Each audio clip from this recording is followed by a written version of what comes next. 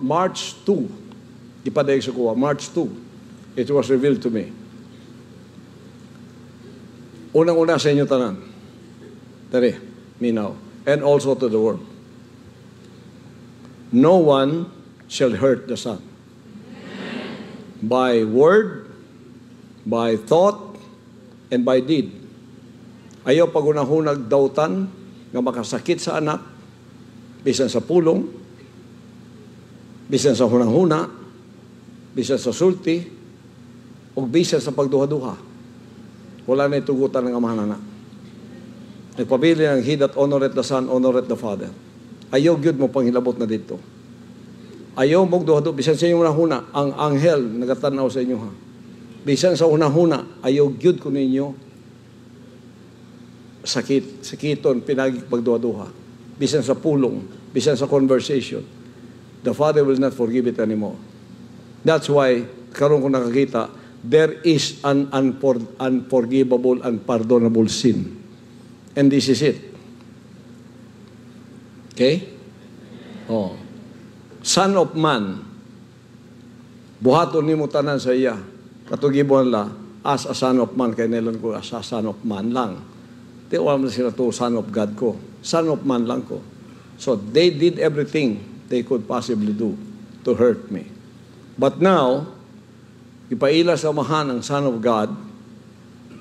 Being a Son of God, really, kamoy nakailang una-una. Pagkagitandog nimo ang pagiging Son of God sa Son, unpardonable, unforgivable sin to. He that touches the Son, touches the Father. Manana siya ang prinsipyo. He that honoreth the Son, honoreth the Father. He that honoreth not the Son, honoreth not the Father. He that hates the Son, hates the Father. He that touches the Son, touches the Father. He that wants to kill the Son is killing the Father. What will the Father do? Kasi may lain na kaila sa anak. No one knows the Son but the Father. And no one knows the Father but the Son. And to whom the Son will reveal Him. So, this is a commandment. So, kingdom citizens, be watchful over that.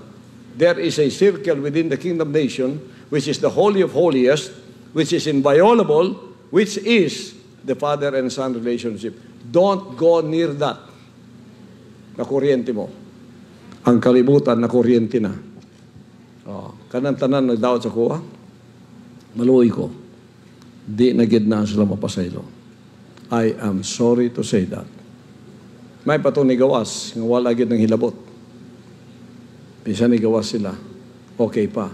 Pag ni gawas, nagpagamit sa mga demonyo diha, niya nang hilabot sa anak, ibaligtad nilang testimony, lalo na, they have no more chance. Bisan mo luha pa sila dugo. They've lost their birthright. They've lost their blessings. They've lost their salvation.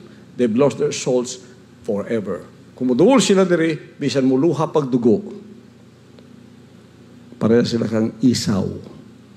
No more salvation for you. I'm sorry to say that. Nasukot na gyud ang amahan. So muna akong last word sa inyo ha, bantayin ninyo mayo na. Ibutang sa inyong heart. Hilabti ang tanan, ayaw lang gyud ang anak. Kaya ano, ang amahan naa sa anak. So, praise the Father,